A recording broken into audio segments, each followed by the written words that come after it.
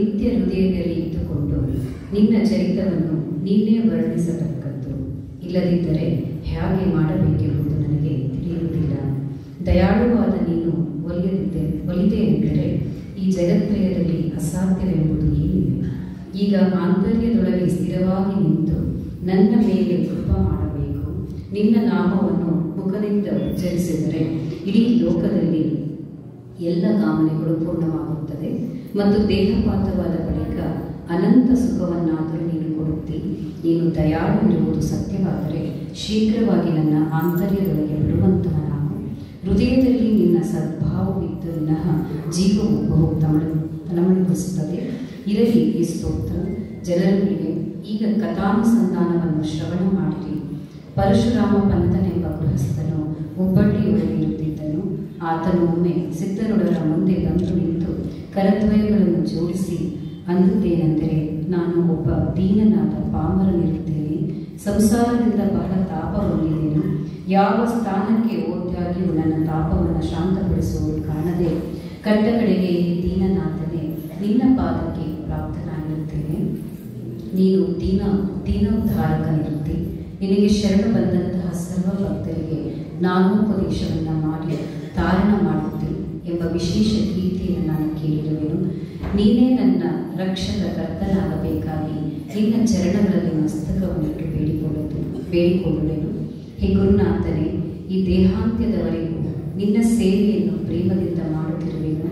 ಇಂಥ ದೀನ ವಚನವನ್ನು ಕೇಳಿ ಸದ್ಗುರುಗಳು ಅಮೃತವಾಣಿಯಿಂದ ಬಾರಪ್ಪ ಭಕ್ತರಾಯ ಎಂದು ಕರೆದು ಸಮೀಪದಲ್ಲಿ ಕೂಡಿಸಿಕೊಂಡರು. ಪರಶುರಾಮ ಪಂತನ ಕರ್ಣದಲ್ಲಿ ತಾರಕ ಮಂತ್ರವನ್ನು ಉಪದೇಶಿಸಿ, ಹೇ ಭಗವದ್ಭಕ್ತನೇ, ನೀನು ಸಂಸಾರದೊಳಗಿನಿಂದ ಮುಕ್ತನೇ ಆಗಿರುತ್ತಿ. ಇಂದಿನಿಂದ ಸಂಸಾರ ಉಪಾದಿಯು ನಿನ್ನನ್ನು ಎಂದಿಗೂ ಪೀಡಿಸಲಾರದು.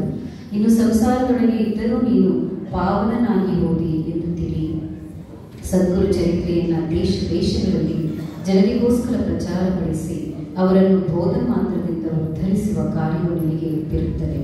ಈ ಪ್ರಕಾರ ಸದ್ಗುರುನಾಥರು ಅಂದು ಆತನ ಮಸ್ತಕದ ಮೇಲೆ ತಮ್ಮ ಹಸ್ತವನ್ನು ಇಟ್ಟರು. ಪರಶುರಾಮ ಪಂತನು ಎದ್ದು ನಿಂತು ಕೂಡಲೇ ಅವನ ಮುಖದ ಮೇಲೆ ತೇಜವು ಕಾಣಿಸಿತು. ಗುರುಹಸ್ತವು ಮಸ್ತಕಕ್ಕೆ ಸ್ಪರ್ಶಿಸಿದ ಕ್ಷಣವೇ ಆ ಸಜ್ಜನನಾದ ಪರಶುರಾಮ ಪಂತನು ಸಕಲ ಕಲಾ ಸಂಪನ್ನನಾಗಿಯೂ ಮುಖದ ಮೇಲೆ ಬ್ರಹ್ಮ ವರ್ಚಸ್ಸುಳ್ಳವನಾಗಿಯೂ ಕಾಣಿಸುವಂತವನಾದನು. ಆಗ ಮಹಾ ಭಗವದ್ಭಕ್ತನಾಗಿಯೂ ಸದ್ಗುರು ಭಕ್ತಿಯಲ್ಲಿ ಅತ್ಯಂತ ರಥನಾಗಿಯೂ ಗುರುಕೃಪಾ ಸಂಪನ್ನನಾಗಿಯೂ ಇರುವ ಪರಶುರಾಮ ಪಂತನು ಅನ್ನುತ್ತಾನೆ, ಹೇ ಸದ್ಗುರು ಸಿದ್ಧಮಾತೆಯೇ, ದೀನನಾಗಿದ್ದ ನನ್ನ ಮೇಲೆ ಕೃಪೆ ಮಾಡಿ ಪ್ರೇಮದಿಂದ ಒಲಿದು ನನಗೆ ಸೇವಾ ಕಾರ್ಯವನ್ನು ಒಪ್ಪಿಸಿರಿ. ನನ್ನಲ್ಲಿ ಈಗ ಒಂದು ಇಚ್ಛೆ ಇರುವುದು, ಅದೇನೆಂದರೆ ನಿನ್ನ ಚರಿತ್ರವನ್ನು ರಚಿಸಬೇಕು ಮತ್ತು ಅದಕ್ಕೋಸ್ಕರ ನೀನು ಆಜ್ಞೆಯನ್ನು ಕೊಟ್ಟು ಸ್ಫೂರ್ತಿಯನ್ನು ದಯಪಾಲಿಸತಕ್ಕದ್ದು. ಅಂದರೆ ನಾನು ಈ ಜಗತ್ತಿನಲ್ಲಿ ಧನ್ಯನಾಗುವೆನೆಂದು ತಿಳಿಯುವೆನು. ನಿನ್ನ ಕೃಪೆ ಆಯಿತೆಂದರೆ ಏನು ಆಗಲಿಕ್ಕಿಲ್ಲ. ಭಿಕ್ಷುಕನಿಗೆ ರಾಜನನ್ನಾಗಿ ಮಾಡುವೆ, ಅಂದನಿಗೆ ದೃಷ್ಟಿ ಕೊಟ್ಟು ಆತನ ಕೈಯಿಂದ ಗ್ರಂಥವನ್ನು ಬರೆಸುವೆ. ಹಾಗಾದರೆ ಸಿದ್ಧಾರೂಢ ವಿಜಯವೆಂಬ ಗ್ರಂಥವನ್ನು ಮಹಾರಾಷ್ಟ್ರ ಭಾಷೆಯಲ್ಲಿ ರಚಿಸಬೇಕೆಂದು ನನ್ನ ಹೇಳುತ್ತಿರುವುದು.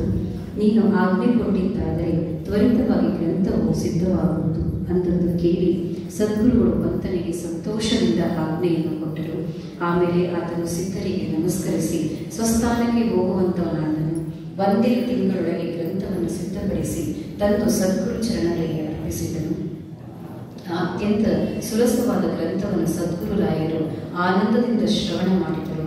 ಅನಂತರ ಗುರು ಆಜ್ಞೆ ಪ್ರಕಾರ ಗೋವಾ ಇತ್ಯಾದಿ ಪ್ರಾಂತಗಳಿಗೆ ಹೋಗಿ ಪಂತನು ಸ್ವಮುಖದಿಂದ ಆ ಚರಿತ್ರೆಯನ್ನು ನಿರೂಪಿಸುತ್ತಿದ್ದನು. ಅದನ್ನು ಶ್ರವಣ ಮಾಡಿದ ಮಾತ್ರದಿಂದ ಸಕಲ ಜನರು ಸಿದ್ಧ ಭಕ್ತಿಯ ಸ್ಫುರಣ ಹೊಂದಿದಂಥವರಾಗಿ ತೃಪ್ತರಾಗುತ್ತಿದ್ದರು. ಪಂತನ ವೈರಾಗ್ಯಯುಕ್ತವಾದ ಆಚರಣೆಯನ್ನು, ನಿಷ್ಕಾಮ ಸೇವಾ ಭಕ್ತಿಯನ್ನು ನೋಡಿ ಜನರು ಅತಿಶಯ ಪ್ರೇಮದಿಂದ ಆತನನ್ನು ಗುರುಭಾವದಿಂದ ಪೂಜಿಸುತ್ತಾರೆ. ಒಮ್ಮೆ ಸದ್ಗುರು ಆಜ್ಞೆಯಿಂದ ಪಂತನು ರೋಣವೆಂಬ ಗ್ರಾಮಕ್ಕೆ ಹೊರಟು ಹೋಗಬೇಕಾಯಿತು. ಅಲ್ಲಿ 7 ದಿವಸ ತನಕ ಸದ್ಗುರುಗಳ ಉತ್ಸವ ನಡೆಯುತ್ತಾ ಚರಿತ್ರಕಥನವನ್ನು ನಡೆಸಬೇಕೆಂದು ನಿಶ್ಚಯವಾಗಿರುತ್ತದೆ. ನಿತ್ಯದಲ್ಲಿ ಭಜನ, ಹರಿಕೀರ್ತನ ಮತ್ತು ಉಪನ್ಯಾಸಗಳನ್ನು ನಡೆಸುವುದಕ್ಕೋಸ್ಕರ ಅಲ್ಲಿಯ ಭಕ್ತರು ಜನರು ಪಂತನನ್ನು ಕರೆದುಕೊಂಡು ಹೋಗಬೇಕೆಂದು ಆಮಂತ್ರಣ ಕೊಟ್ಟು ಭಕ್ತ ಜನರು ಮುಂದೆ ಹೋದರು. ಆದರೆ ಪಂತನು ಹಿಂದುಳಿದನು. ಮರುದಿವಸ ಆತನು ತನ್ನ ಪತ್ನಿಯಾದ ಜಾನಕಿಬಾಯಿ ಮತ್ತು ಭಕ್ತನಾದ ಮಂಗೇಶ್ ಎಂಬುವನನ್ನು ಸಹ ಕರೆದುಕೊಂಡು ಸದ್ಗುರು ಆಜ್ಞೆಯನ್ನು ಪಡೆದುಕೊಂಡು ಹೊರಟನು. ಹುಬ್ಬಳ್ಳಿ ಹೊಗೆಬಂಡಿ ಸ್ಟೇಷನ್ಗೆ 3 ಮಂದಿ ಬಂದು ನೋಡುವಾಗ ಅಲ್ಲಿ ಜನರ ಸಂದಣಿ ವಿಶೇಷವಾಗಿ ಟಿಕೆಟ್ಗಳು ಸಿಗಲಿಲ್ಲ. ಆ ದಿವಸ ಅವರಿಗೆ ಗಾಡಿ ತಪ್ಪಿತೆಂದರೆ ಉತ್ಸವ ಆರಂಭವಾಗುವ ಕಾಲದಲ್ಲಿ ಅವರು ರೋಣಕ್ಕೆ ಮುಟ್ಟು ಬಿದ್ದಿದ್ದಿಲ್ಲ. ಈ ಸಮಯದಲ್ಲಿ ಏನು ಮಾಡುವುದೆಂದು ಪಂತನು ಮನಸ್ಸಿನಲ್ಲಿ ಬಹಳ ತಳಮಳಪಟ್ಟು, ಹೇ ಸದ್ಗುರುರಾಯನೇ, ನಿನ್ನ ಕಾರ್ಯವನ್ನು ನೀನೇ ಸಿದ್ಧಿಗೆ ಒಯ್ದರೆ ಆಗುವುದು. ಈ ವಿಘ್ನ ಬಂದಿರುತ್ತದೆ, ಇದಕ್ಕೇನಾದರೂ ಉಪಾಯ ಮಾಡುವಂತಹ ನಾನು ಎಂದು ಪ್ರಾರ್ಥಿಸಿದನು. ಇಷ್ಟರಲ್ಲಿ ಒಬ್ಬ ಮನುಷ್ಯನು ಪಂತನ ಹತ್ತಿರ ಬಂದು, ನೀವು ಎಲ್ಲಿಗೆ ಹೋಗುವವರು, ಇಲ್ಲಿ ಯಾತಕ್ಕೆ ನಿಂತಿರುವಿರಿ ಎಂದು ಕೇಳಲಾಗಿ ಪಂತನು, ನಾವು 3 ರೋಣಕ್ಕೆ ಹೋಗುವವರು, ಆದರೆ ಮಲ್ಲಾಪುರ ಸ್ಟೇಷನ್ಗೆ ಟಿಕೆಟ್ ತೆಗೆದುಕೊಳ್ಳಲಿಕ್ಕೆ ಹೋದರೆ ಟಿಕೆಟ್ ಸಿಗಲಿಲ್ಲ.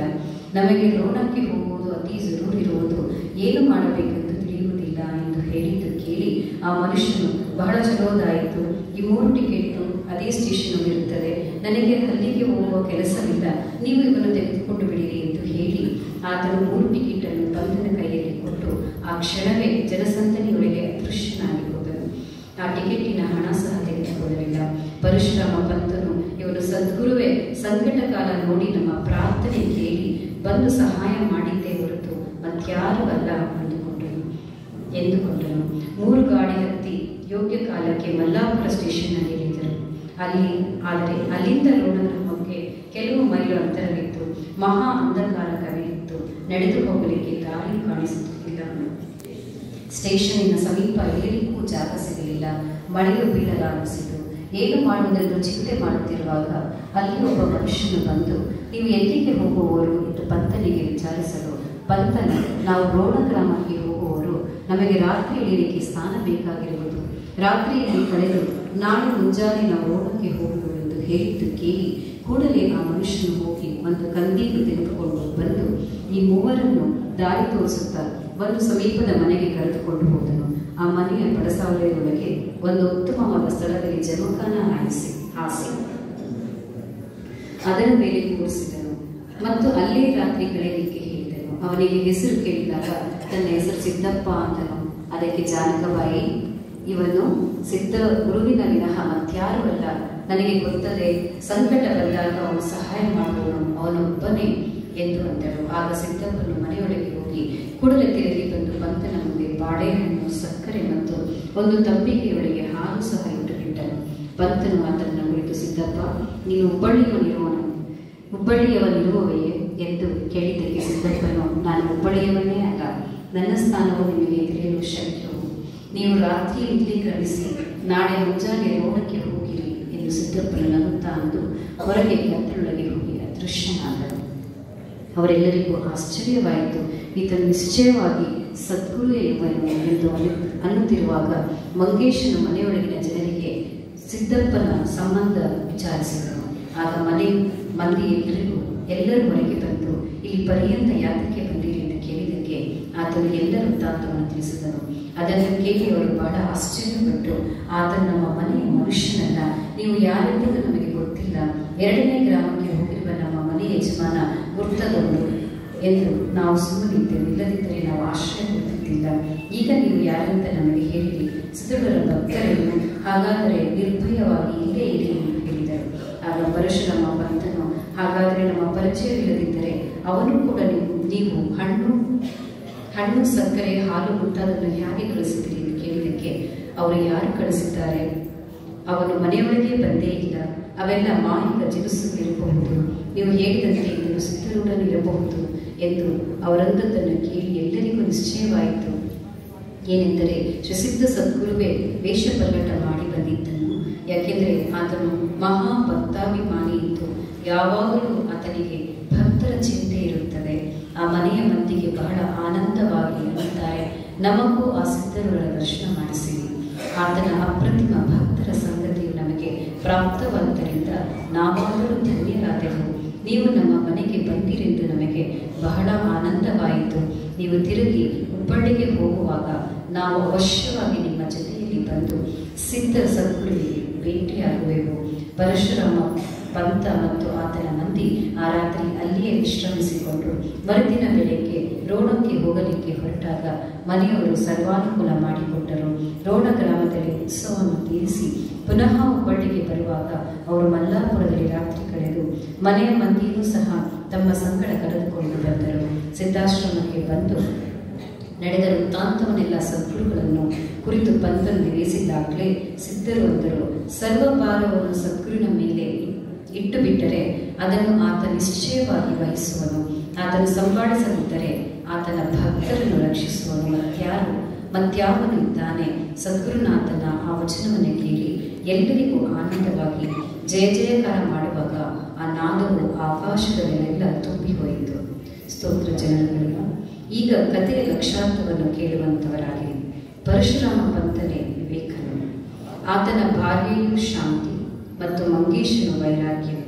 ಸಂಸಾರ ರೂಪ ರೋಣ ಗ್ರಾಮದಲ್ಲಿರುವ ವಿಷಯ ವೃತ್ತಿಗಳೆಂಬ ಜನರಿಗೆ